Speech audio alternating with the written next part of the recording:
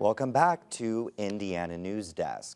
Democratic Senator Joe Donnelly is trying to drum up support for his re-election campaign with the statewide RV tour.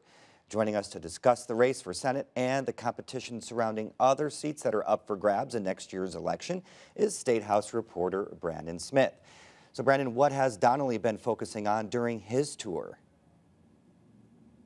Well, Joe, he's largely been focused on the same issues he's focused on during his time in the Senate. So that's notably veterans issues, workforce development, outsourcing, and the opioid epidemic. He's also tried to continue to frame himself as a moderate, bipartisan lawmaker who's willing to work with both sides of the aisle and doesn't lean too far in any one direction.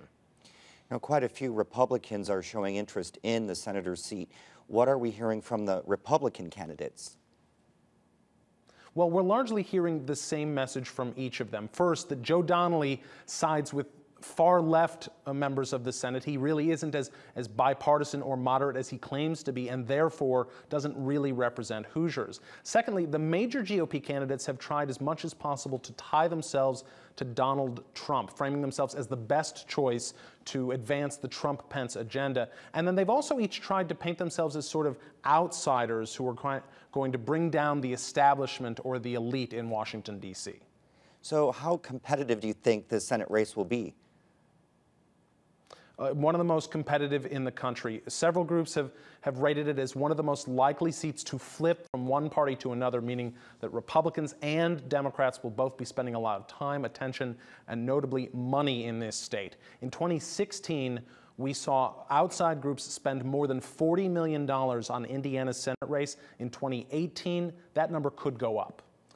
Representative Messer and Representative Rokita are running for Senate. What's going to happen with their seats in the House?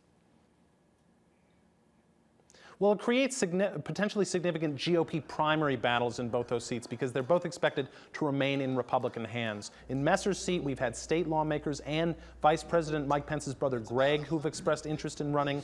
In Rokita's seat, it's been a little quieter so far, but that race is expected to heat up relatively soon. All right. Thank you very much, Brandon. Thank you, Joe.